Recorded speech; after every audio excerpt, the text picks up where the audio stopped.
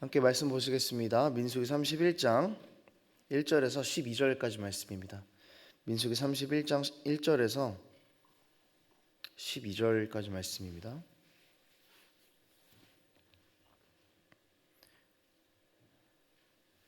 저희 함께 교독하도록 하겠습니다. 여호와께서 모세에게 말씀하여 이르시되 이스라엘 자손의 원수를 미디안에게 갚으라. 그 후에 내가 내 조상에게로 돌아가리라. 모세가 백성에게 말하여 이르되 너와 함께 있는 사람들 가운데서 전쟁에 나갈 사람들을 무장시키고 미디안을 치러 보내어 여호와의 원수를 갚되 이스라엘 모든 지파에게 각 지파에서 1000명씩을 전쟁에 보낼지니라. 각 지파에서 1000명씩 이스라엘 100만 명 중에서 12000명을 택하여 무장을 시킨지라. 각 지파에 1000명씩 싸움에 보내되 제사장 엘르아살의 아들 비나하스에게 성소의 기구와 시노나팔을 들려서 그들과 함께 전쟁에 보내매 그들이 여호와께서 모세에게 명령하신 대로 미디안을 쳐서 남자를 다 죽였고 미디안의 왕들은 에유와 레겜과 수르와 후르와 레바이며 또 부올의 아들 발람을 칼로 죽였더라. 이스라엘 자손이 미디안의 부녀들과 그들의 아이들을 사로잡고 그들의 가축과 양떼와 재물을 다 탈취하고 그들이 거처하는 성읍들과 촌락을 다 불사르고 탈취한 것, 노략한 것, 사람과 짐승을 다 빼앗으니라. 그들이 사로잡은 자와 노략한 것과 탈취한 것을 가지고 여리고 맞은편 요단강가 모압 평지의 진영에 이르러 모세와 제사장 엘르아살과 이스라엘 자손의 회중에게로 나아오니라. 아멘. 오늘 본문은 이스라엘이 미디안과 전쟁을 하는 본문입니다. 그리고 모세의 마지막 전쟁이기도 합니다. 하나님께서는 미디안을 징벌한 이후에 이제 모세가 삶을 마감할 것이다, 이런 이야기를 하시죠. 이 미디안을 징벌하는 이유는요, 민수기 25장에서 있었던 일 때문입니다.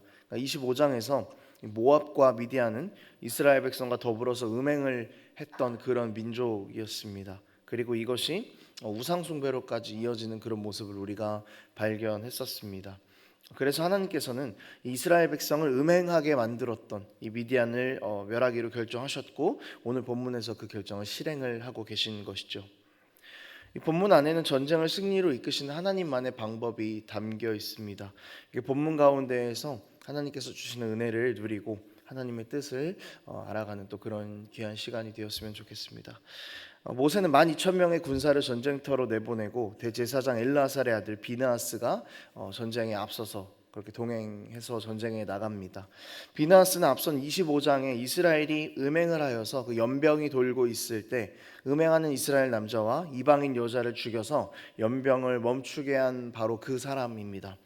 그래서 그가 이 미디안과의 전쟁에 나가는 것이 우상 숭배의 문제를 해결한다라는 그런 지점에서 어느 정도의 연관성을 가지고 있는 것이죠. 여기서 한 가지 특이한 것이 있습니다. 먼저는 이스라엘이 전쟁을 나갈 때 성소의 기구와 나팔을 들고 전쟁에 나갔다라고 그렇게 쓰여 있는 것이죠. 그리고 전쟁을 나갈 때 제사장을 보냈다, 이제 이런 이야기가 강조가 됩니다. 물론 전쟁을 할 때 늘 장군들도 동행을 했을 것이고요, 제사장들도 당연히 늘 동행을 했을 것입니다. 그런데 여기서는 여호수아나 다른 장군들에 대한 언급은 따로 없이 제사장이 더 강조가 되는 그런 부분인 것이죠. 그리고 당연히 창과 칼 이런 것들에 대한 이야기가 나와야 되는데 전혀 나오지 않고 이런 이야기들보다는 성전 기물을 가지고 전쟁에 나갔다라는 그런 언급만 있습니다. 강조점이 좀 제사장, 성전의 것, 그 하나님의 임재와 더욱더 관련이 있는 것들이라는 거죠. 좀 말도 안 되는 전쟁, 이길 수 없을 것 같은 전쟁인데요, 이 전쟁의 결과는 당연히 대승이었습니다. 미디안의 모든 남자를 다 죽였고 미디안의 5왕을 죽였습니다. 하나님께서 앞서 가시는 전쟁, 이것은요 우리가 출애굽기 때부터 계속해서 반복적으로 보던 그런 내용입니다. 전쟁은 하나님이 하시는 것이고 우리는 힘으로 할 수 없고 우리는 순종해야 이긴다라는 그런 원리가 계속해서 담겨 있는 것이 반복되고 또 반복이 되어 왔습니다. 이 본문에도 역시 그 원리가 담겨 있는 것이죠. 특별히 모세가 마지막으로 하는 전쟁입니다. 그러니까 보통 우리가 수업의 마지막에는 여태까지 배운 내용을 정리를 하면서 가장 중요한 것, 여러분들 이거 반드시 기억해야 됩니다 하면서 강조점을 한 번 더 이렇게 두지 않습니까? 그러니까 오늘 본문이 좀 그런 상황이라는 것이죠. 그리고 지금 전쟁을 한 세대들은요, 이제 약속의 땅으로 들어가서 살아야 되는 세대들입니다. 요단강을 건너야 되고요. 거기서 수많은 가나안 민족들과 전쟁을 해야 되는 그런 이스라엘의 새로운 세대들입니다.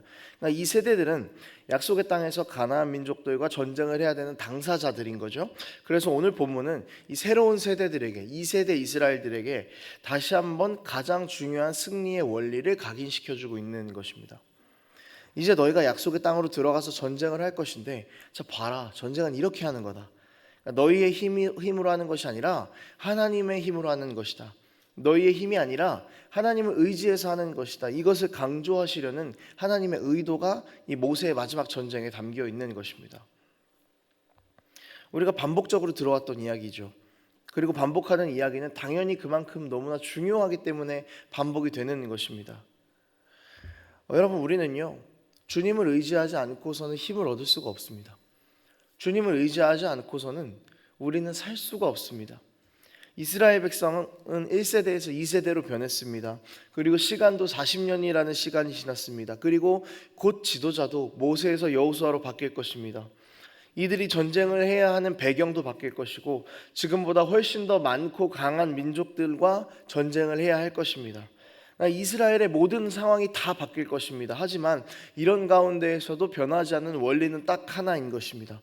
하나님을 의지해야 전쟁에서 이긴다는 것, 하나님을 의지해야 산다는 것입니다.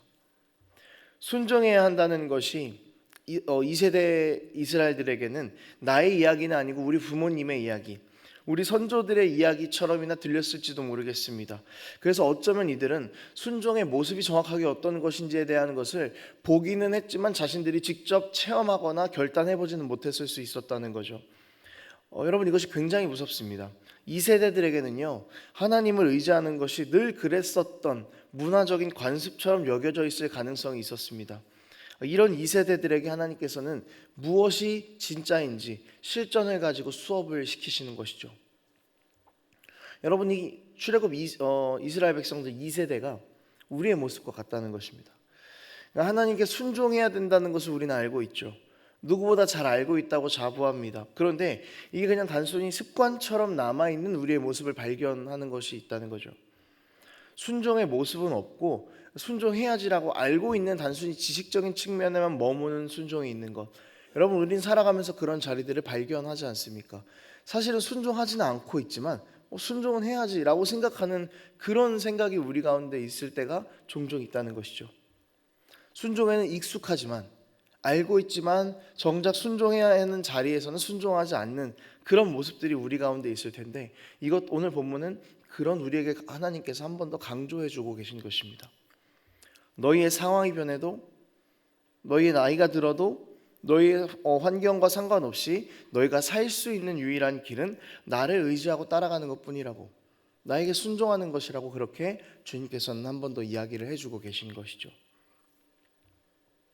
우리는 변해도 변하지 않으신 하나님 의지하는 것, 여러분, 이것이 우리의 영혼과 삶의 유일한 살 길이라는 것을 우리는 기억해야 할 것입니다. 물론 우리는요, 수많은 유혹들을 받고 넘어지기도 할 것입니다. 본문을 보면은요, 제가 다 길어서 읽지는 않았는데 뒤에 보면 전쟁을 마치고 온 이스라엘 백성에게 모세가 화를 내는 장면이 있습니다. 그 이유는 뭐냐면은 이스라엘 군대가 이 전쟁을 이겨놓고서 미디안의 여자들을 살려서 데리고 왔기 때문입니다. 앞에서도 말씀드렸지만요, 이 미디안의 전쟁은요, 심판의 전쟁이었습니다. 그 죄의 고리를 완전히 끊어버리려고 했던 전쟁이었죠. 25장에서 하나님 앞에서 음행하고 우상을 섬겼던 것에 대한 심판으로 오늘 전쟁이 일어났습니다. 그러니까 이 음행의 시작이었던 미디안을 하나님께서 치라고 말씀하셨는데, 음행의 시작이 미디안 여인들로부터 시작했던 것인데 그것을 멸하라고 전쟁을 시켰더니 또 똑같은 문제가 발생할 수 있는 원인을 지금 이스라엘 백성들이 제공하고 있는 거죠. 여자들을 데리고 왔다는 것은 언제든지 다시 음행을 할 수 있는 가능성을 열어두는 거 아니겠습니까? 우리 넘어짐이 이와 같다는 것이죠. 순종해서 이기는 거라고. 그래서 순종해서 이기고 또 하나님을 경험했지만요, 이내 세상의 유혹에 또 넘어지는 그런 우리의 모습을 발견할 수 있습니다. 하나님께서는 여기서 하나님의 백성의 그 순결함을 유지하지 못할 위험 요소가 있는 부류들을 다 죽이도록 그렇게 시키셨습니다. 하나님께서 죄를 잘라내는 방법을 보여주고 계신 것입니다. 죄의 가능성까지 있는 것을 다 잘라내라는 것이죠. 죄에 대해서 너희는 이렇게 해라라는 것을 보여주시는 것입니다. 여러분, 죄를 유발할 수 있는 우리의 아주 작은 연약함까지도 하나님 앞에 내어놓을 수 있는 우리가 되었으면 좋겠습니다. 어쩌면요, 우리는 나는 사람을 미워하지만 죽이지는 않았어라고 생각했지만 우리 주님께서는 미워하는 것이 이미 죽였다라고 말씀하지 않으셨습니까? 그러니까 우리 이 미워하는 마음부터 잘라내는 훈련들이 우리에게 필요하다는 것이죠. 우리는 스스로를 설득합니다. 뭐 이 정도는 괜찮다고 이야기하죠. 이 정도는 남들도 다 하는 거라고 이야기합니다. 또 남들 하는 거에 비하면 지금 내가 하고 있는 것 정도는 아무 일도 아니다라고 이야기하면서 죄를 정당화시키는 모습도 우리 가운데 있습니다. 하지만 이런 모습들이 쌓이고 쌓인다면 걷잡을 수 없는 그 죄의 유혹들이 우리를 사로잡고 있다는 것을 발견하는 그 가장 두려운 순간에 직면할 때가 분명히 오게 될 것입니다. 그러니 여러분, 죄는요, 아주 작은 가능성부터 끊어낼 수 있는 우리가 되었으면 좋겠습니다. 아주 작은 미워하는 그 마음부터, 아주 작은 음란한 그 생각부터, 아주 작은 내가 더 나아지고자 하는 그 마음부터 우리가 다 잘라낼 수 있었으면 좋겠습니다. 우리가 할 수 없죠. 왜냐하면 우리 안에 연약한 마음들은 계속해서 우리가 죄를 짓도록 설득하지 않습니까? 그러니까 우리가 주님 의지하면서 나아가야 되는 것입니다. 주님께 힘달라고 기도해야 하는 것입니다. 아주 작은 것부터 죄의 가능성들은 다 잘라내기를 결단하는 또 그런 우리의 삶이 되었으면 좋겠습니다. 그리고 우리는 변하고 흔들리지만 변하지 않고 흔들리지 않으시는 하나님 붙잡고 그렇게 삶을 살아내는 우리의 삶이 되기를 원합니다. 말씀을 정리하겠습니다. 여러분, 우리는 순종의 원리를 한 번 더 나눴습니다. 우리가 늘 잊어먹는 것이기도 하죠. 늘 우리에게 주어지는 말씀이기 때문에 그만큼 우리에게 너무나 중요한 삶의 원리입니다. 순종해야 사는데 순종이 그저 습관적으로만 남아있고 머리로만 알고 있는 우리의 삶을 이제는 다 내려놓을 수 있었으면 좋겠습니다. 우리의 힘으로 싸우면 우리는 한 발자국도 우리의 인생을 앞서갈 수 없습니다. 우리의 힘으로 한 발 갔다고 해도 그 걸음이 하나님 앞에서 순종해서 걸어가는 그 걸음이 아니라면 그것만큼 의미 없는 발걸음이 없는 것입니다. 오늘도 하나님 말씀 의지해서 순종함으로 정말 그 생명의 발걸음을 걸어내는 우리의 삶이 되었으면 좋겠습니다. 때로는 이 순종해야 되는 상황들이 힘든 상황일 수 있겠습니다. 이해할 수 없는 상황일 때도 있겠습니다. 그렇지만 이 모든 상황 가운데에서도 순종했을 때 하나님께서 주시는 답은 한 번도 빠짐없이 승리였습니다. 주님 다시 오실 그날까지 정말 이 순종의 삶을 살아내는 우리가 되기를 원합니다.